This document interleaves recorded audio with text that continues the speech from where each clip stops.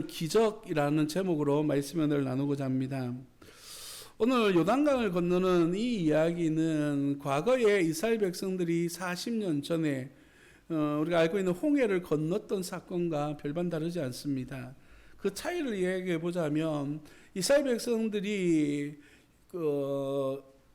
홍해를 건넌 것은 약속의 땅 가나안을 향하여 나아가는 출발이라고 말할 수가 있습니다. 그런가 하면 이 요단강을 오늘 건너는 것은 목적지에 도착했음을 알리는 관계인 것이죠.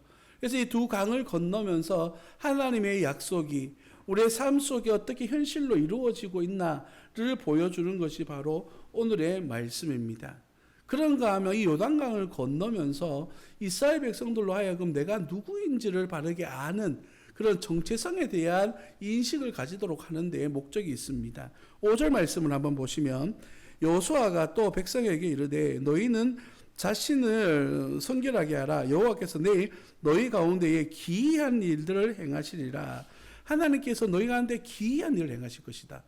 지금 여기에 있는 광야 2세대들은 홍해를 건넜던 경험이 없습니다. 그저 이야기만 들어왔던 사건이었죠. 우리 아버지가 어머니가 하나님께서 어떠한 능력으로 가나안 땅으로 향하게끔 홍해를 건너게끔 하셨던 그 기적들에 대한 이야기를 들어왔는데 직접적인 경험과 처음이 없는 것이죠. 그런데 이제 그들로 하여금 스스로가 이 강을 건너감으로 말미암아 하나님의 약속이 우리 가운데 어떻게 이루어지는지를 경험하게 하시는 거예요. 그래서 우리가 하나님을 의지하고 믿는 것이 얼마나 소중하며 귀한 일인가를 깨닫도록 하시는, 내가 누구인지를 깨닫게 하시는 그런 은혜가 오늘 본문 말씀 속에 담겨져 있다는 것이죠. 그러면서 저와 여러분들이 함께 다루고자 하는 말씀의 주제는 이스라엘 백성들이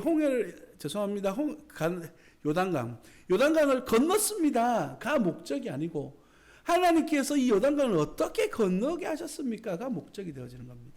그래서 하나님께서 이 요단강을 건너게 하셨던 그 과정들을 우리가 함께 살펴보면서 오늘 주님께서 우리에게 주시는 교훈은 무엇인가, 우리 삶 속에 어떠한 기적을 이루며 살아가야 되는가에 대한 이야기들로 여러분과 함께 말씀을 나누고자 합니다. 그림을 좀 띄워주시면요. 첫 번째 그림은 우리 지난주에 보았던 이제 그 길을 가는 과정입니다. 본문을 자세히 살펴보시면 이렇게 흐름을 이야기합니다. 1절에 아침에 일어납니다. 그리고 2절에 보면 사흘 후에라고 말하죠. 3일이 지나고 난 다음부터 7절에서 오늘 건너가기 시작합니다. 여기서 시딤에서부터 요단 입구까지 갔습니다. 그리고 그 입구에서 3일이 지나고 난 다음에 이제 요단강을 건너는 장면을 오늘 본문 말씀이 보여주는 것이죠. 두 번째 그림을 보여주시겠습니까? 예, 두 번째 그림 보시면 지금 요단강의 모습입니다. 여기는 세례터라 그래가지고 예수님이 세례 받으시고 또 세례를 베푸셨던 그런 것들을 기념해서 세례를 받는 장소입니다. 얼마 전에 뉴스에 보니까 2018년도에 성지순례 갔던 분들이 여기에서 이렇게 자기도 세례 받다가 물에 빠졌나 봐요. 죽은 것이 아니고 떠내려가지고 국경을 넘어간 사건이 있었답니다. 자료를 찾다가 본 사실인데 그만큼 물들이 있다는 거예요. 그런데 자세히 보십시오. 강이 넓습니까? 좁습니까? 좁아요. 그죠? 왜 좁냐고 하냐면 1964년에 데가니아 댐이라고 하는 댐을 건설했다고 합니다. 그래서 지금 물을 막아놓은 상태라는 것이죠. 물을 방류한 거는 딱 한 번 있었답니다. 한 번 방류했고 지금까지 물을 가두고 있대요. 그만큼 이렇게 척박한 땅이기 때문에 물을 소유한다는 것은 굉장히 큰 힘이고 권력이기 때문에 물을 통제하고 있는 것이죠. 그런데 저기에 저 정도 물이 나오는 것은 그냥 조금 비 내리는 거, 아침 이슬이 내린 거, 그 야복강가에서 흘러온 물들, 이런 물들이 여러 군데서 모여진 물이 저 정도라는 것이죠. 오늘 본문 말씀에 보면 이때에는 그 언덕까지 물이 넘치는 때다라고 그렇게 표현하면서 실제적으로 요단강을 건넜던 이 시기에는 3월, 우리나라로 말하는 3월로서 굉장히 물이 많고 급류가 흘러서 사람이 쉽게 들어갈 수 있는 그런 환경이 아니었다고 합니다. 그때 그러한 요단강에 하나님께서 이스라엘 백성들을 입구에 서게 하신 겁니다.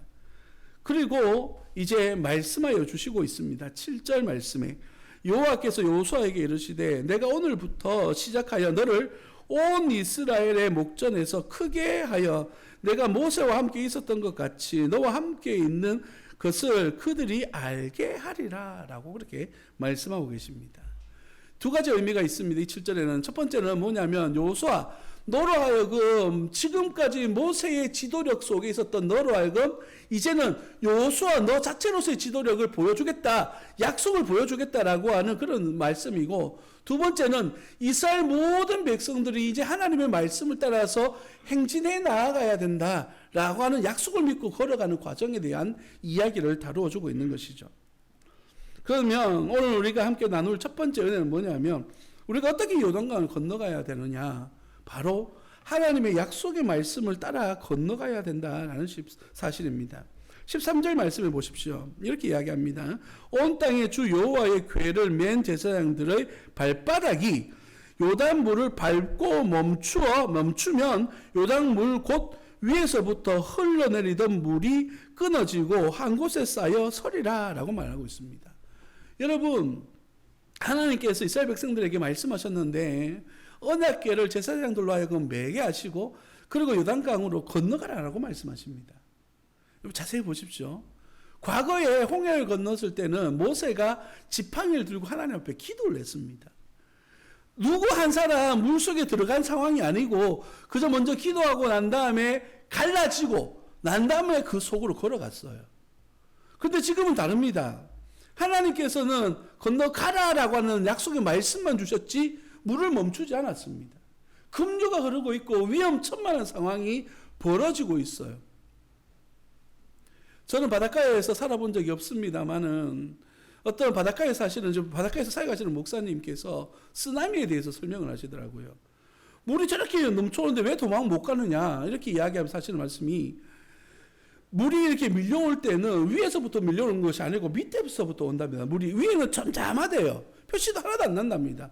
그런데 바닷가에 와서 갑자기 이게 빌딩을 넘는 물이 생성이 된다는 거예요. 그래서 확 덮쳐온다는 것이죠. 그래서 물이 넘쳐나면 도저히 손쓸 수가 없다는 겁니다.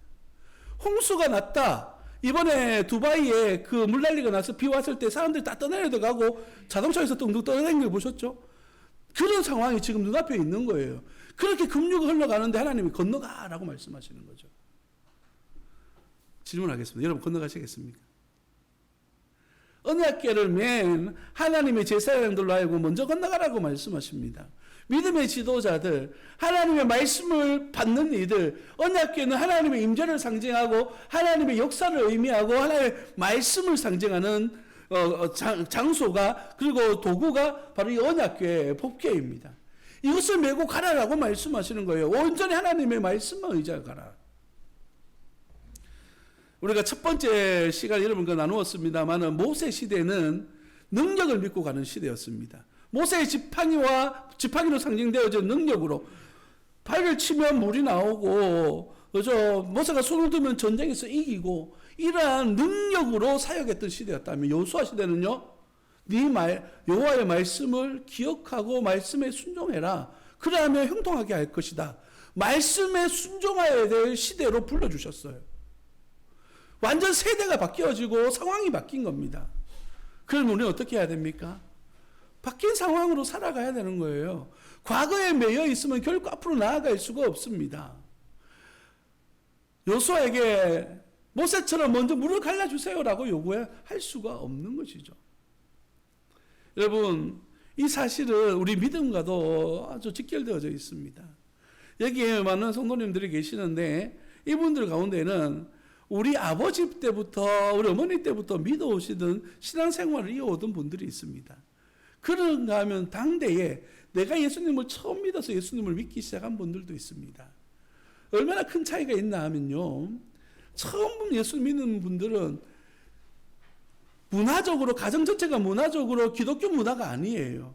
주일날 결혼식하고 주일날 여행 가고 주일날 행사들이 많습니다. 그리고 제사도 지내야 되고, 그리고 교회 다니면 이런 말 듣습니다. 유별나다.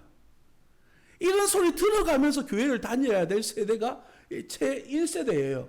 그들이 경험해야 될 기도와 그들이 감당해야 될 신앙의 무게를 달라요.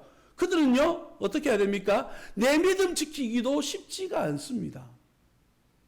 그럼 2세대들은요, 여기 있는 우리 유리나 여기 있는 분들 가운데 2세대들이 있죠. 이분들은 교회 가야 되나 말아야 되면 가야 되나 말아야 되면 죄송합니다. 발음이 안 되노. 가야 되느냐 안 갈 것인가에 대해서 싸우는 것이 아닙니다. 뭐하고 싸웁니까? 아침에 잠과 싸웁니다. 그리고 부모님과 싸웁니다. 교회 가라 하기는 가는데 믿음은 아직 안 생기고 믿음이 갑자기 확 생기는 게 아니지 않습니까? 그래서 한번 결단해서 교회 가는 것이, 교회 한번 오는 것이 얼마나 결단스러운 일인지 모릅니다. 그러면서 안 가면 혼나니까 교회 오기는 와야 되겠고, 교회에 와보니까 지루해 죽겠고, 그런데도 우리는 문외 안에 믿음 안에 신앙생활을 이어가고 있는 것이에요. 성도 여러분, 그들이 감당해야 될 믿음의 수준은 다 다른 겁니다. 부모된 우리들은 우리 자녀들이 하나님의 은혜 가운데 믿음 안에서 든든히 서가도록 우리 자녀들을 위해서 기도해야 될 책임이 있는가 하면, 처음 예수 믿은 분들은 우리 가정이 예수님을 잘 믿는 가정으로 세워지도록 우리는 기도해야 될 책임이 있는 것이죠. 그리고 어떻게 해야 됩니까? 믿음으로 한 걸음 내딛어야 됩니다. 말로만, 생각으로만 그렇게 한다고 되는 것이 아니에요. 요단강을 향하여서 한 걸음을 내딛는 그 순간 물이 멈추어 쓰고 하나님의 은혜와 역사를 경험하게 되는 겁니다. 그래서 우리가 한 걸음 내딛는 과정, 첫 걸음을 내딛는 것이 정말 힘들고 어렵지만, 그 걸음을 처음 세대들은 스스로의 노력을 통해서 나와 앉아 계시는 것이고, 이 세대들은 부모님의 압력에 의해서 나와서 지금 앉아 있는 건 아닙니까? 그러면서 우리 주님께서 그 가운데 일하시고 역사하심으로 말미암아 아름다운 삶의 열매들을 맺어 가시도록 우리 주님이 이끌어 가신다는 것이에요. 이제 약속의 땅 가나안에 들어선 이스라엘 백성들은요, 새로운 삶이 시작됩니다. 과거에는 하나님이 주시는 만나와 메추가기를 먹으며 살아갔고, 그 전에는 노예 생활하며 살아갔던 이들이 이제는 내가 심고 농사 지은 것을 통하여 거두게 되는 겁니다.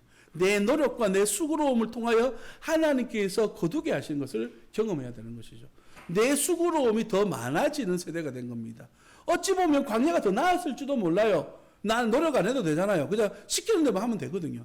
그런데 이제 가나안에서는 내가 노력을 해야 됩니다. 내가 수고롭게 하지 않으면 먹을 수도 없는 그런 상황 속에 놓여지게 된 것이죠. 완전히 바뀌어진 삶을 적응해야 될 그들에게 지금 필요한 것은 뭘까요? 그래, 내 말대로 살아가야 돼 라고 하는 주님의 말씀대로 순종하는 과정이 필요하다는 것이에요. 반드시 하나님의 은혜, 우리에게 이 일을 주시는 목적을 따라서 생활할 수 있는 그런 하나님의 사람들이 되어지기를 예수님 이름으로 축복합니다. 그런데 이렇게 들어가게 하시는 그 과정 속에서 지켜야 될 몇 가지 조심해야 될 것, 주의해야 될 것에 대해서 이야기하고 있습니다. 그 첫 번째는 뭐냐면, 물속에는 들어가되 하나님의 괴를 앞지르지 않도록 해야 된다라고 하는 사실입니다. 무슨 말이냐면, 본문을 다시 써보시면 이스라엘 백성들이 이제 메고 들어갈 때에 거리를 두라고 말씀하십니다. 그래서 이 거리는 한 1m 정도 되는, 1km 정도 되는 거리를 두고 가도록 하는데, 왜냐하면 여러분, 그 사람들을 갈 때 혹시 길 가보셨죠? 사람들이 막 물려서 갈 때는 내 의지하고 상관없이 막 밀려서 갈 때가 많이 있습니다. 우리가 베트남 단기 선교 갔을 때에 있었던 숙소가 그 베트남에서 가장 번화한 거리 바로 옆에 있었습니다. 그래서 숙소를 가려면 이 사람들을 지나가야 되는데, 그러니까 우리가 원하는 대로 갈 수가 없어요. 딱 서는 그 순간 밀려서 저기 갑니다. 가방이 여기 있는 게 저쪽으로 가고 그 사이 사람도 오고 막 하여튼 밀려서 이렇게 가는데 도저히 발 돌릴 수가 없어요. 그런 상황에서 밀려서 숙소까지 이제 가게 되는, 사람에 의해서 밀려갈 때는 내 마음대로 통제할 수가 없어요. 그런 것처럼 이제 하나님의 교회가 먼저 딱 서 있는데 이스라엘 백성들이 몰려온다고 한번 생각해 보십시오. 그러면 언약궤가 여기 있어야 되는데 그 위치를 지나쳐서 갈 수도 있어요. 밀려서. 그래서 하나님께서는 거리를 두라고 말씀하시는 거예요. 멀찌감치 귀에 서서 언약궤가 어디쯤에 가고 있는지를 지켜보면서 가기를 원하시는 것이죠. 이게 바로 앞서 말씀드린 것처럼 말씀을 따라가는 삶을 이야기하는 거예요. 말씀대로 살아가야 되는데 상황에 밀려서, 환경에 밀려서, 내 의지에 의해서 그 말씀을 앞질러 가버리면 어떻게 될까요? 하나님을 따라가는 생이라고 말할 수는 없겠죠. 어쩌면 그것이 더 형통해 보일지 모릅니다. 일단 물은 멈추어져 있으니까 먼저 건너가서 하나 건넜다라고 자랑할 수도 있었겠죠. 그러나 하나님께서 원하셨던 방법은 무엇입니까? 약속의 말씀, 하나님 언약궤를 바라보며 걸어가기를 원하셨거든요. 그러한 약속을 버려버리고 내가 인간의 인생의 즐거움을 누리고 성공했다라고 소리 지르는 것, 하나님이 원하시는 모습일까요? 그리고 그 결과는 어떻게 됩니까? 하나님의 뜻에서부터 벗어날 수가 없는 것입니다. 그런가 하면 두 번째 무엇을 요구하냐 하면 5절의 말씀 속에서 너희는 자신을 성결하게 하라 라고 말씀하십니다. 주님을 따라간다는 것은 결국 무엇을 의미하냐 하면 내 뜻대로 살아가는 것이 아니라 하나님의 뜻대로 살아간다는 것이에요. 그럼 하나님의 뜻을 알고 구별하며 살아간다는 것은 어떤 것을 의미할까요? 바로 내 삶을 하나님 앞에 빗대어 보면서 나를 점검해 나가는 것이죠. 성결이라고 하는 것은 하나님 앞에 거룩하다라는 것이에요. 그래서 하나님의 말씀대로 살아간다는 것이 바로 거룩이고 성결하다는 것을 의미합니다. 세상적인 일을 벌써버리고 하나님 앞에 가치를 두며 살아가는 것을 이야기하는 것입니다. 그래서 우리가 성결하게 한다라고 하는 것은 내 삶의 모든 영역들 속에 하나님만을 바라보며 살아가겠다라는 것을 내 스스로 다짐하는 겁니다. 여러분, 이 기간이 얼마나 되냐 하면 요단강 입구에서 3일을 동안 성결하게 합니다. 언제든지 언약궤가 일어서면 따라갈 준비를 하는 거예요. 그러면서 어떻게 하는 겁니까? 초조하게 긴장감을 가지고 바라보고 있는 거예요. 내 자신을 절제해 가면서. 만약에 우리 성격대로 한다면 어떻게 되겠습니까? 가야 되는데 안 가는 거예요. 그러면 지칠 수도 있고 긴장감 때문에 몸이 축날 수도 있고요. 여러 가지 상황이 벌어질 수도 있었을 것이에요. 그러나 우리 주님은 긴장감을 가지고 기다려라 라고 말씀하고 있습니다. 이것이 바로 세 번째 말씀입니다. 3일 동안 기다리라고 하시는 이유는 과연 무엇일까요? 여호수아는 어떻게 표현하고 있냐면 3장 1절에 보면 여호수아가 아침에 일찍 일어났다라고 말합니다.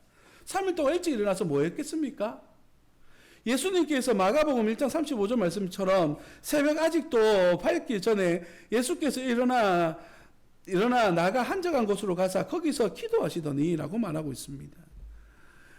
여호수아는 일찍 일어나서 기도했습니다. 왜요? 1장 8절 말씀처럼 이 율법책을 내 입에서 떠나지 않게 하기 위하여서 하나님의 말씀이 뭐라고 말씀하시는지 기대하기 위한 소망으로 하나님 앞에 서 있는 거예요. 다시 한 번 더 말씀드리면 우리가 조심해야 될 세 가지는 먼저 하나님을 기대하고 하나님 앞에 기도하면서 기다리면서 우리 삶을 거룩하게 다듬어 가야 되는 것이에요. 그래서 어떻게 해야 됩니까? 하나님의 말씀을 앞질러 가지 않도록 우리는 우리의 삶의 경계를 세워가야 되는 것을 이야기하는 것이죠. 순서적으로 말하면 먼저 하나님을 향한 소망을 가져야 됩니다. 하나님의 말씀에 대한 기대감과 그 약속을 믿는 믿음이 우리에게 필요합니다. 기다려라고 말씀하실 때 우리는 기다릴 줄 알아야 됩니다. 하나님이 가자라고 말씀하실 때 그때 일어나야 되는 것이죠. 내 마음대로 내 의지대로 내 뜻대로 가는 것이 아니라 그분의 때를 소망하며 기다려야 되는 것이에요. 그렇게 순종해 나아가게 될 때에 우리 앞에 약속의 문이 열리는 것이에요. 요단강이 열리고 이제 약속의 땅에 들어가서 현실을 경험하게 되는 것입니다.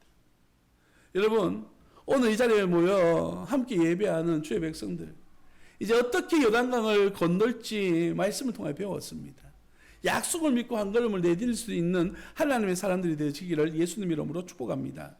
앞서 말씀드렸던 것처럼 이것이 끝이 아니고 이제 시작입니다. 이제 요단강을 건너가며 말씀을 믿고 의자에 들어갔으면 그곳에서의 삶이 시작되어지게 되는 것이죠. 이제 약속의 땅에서 어떻게 살 것인지 우리 한 주 한 주 살펴보면서 우리의 삶의 다짐들을 새롭게 나아가는 은혜가 있는 삶을 살아가시기를 예수님 이름으로 축복합니다. 기도하겠습니다.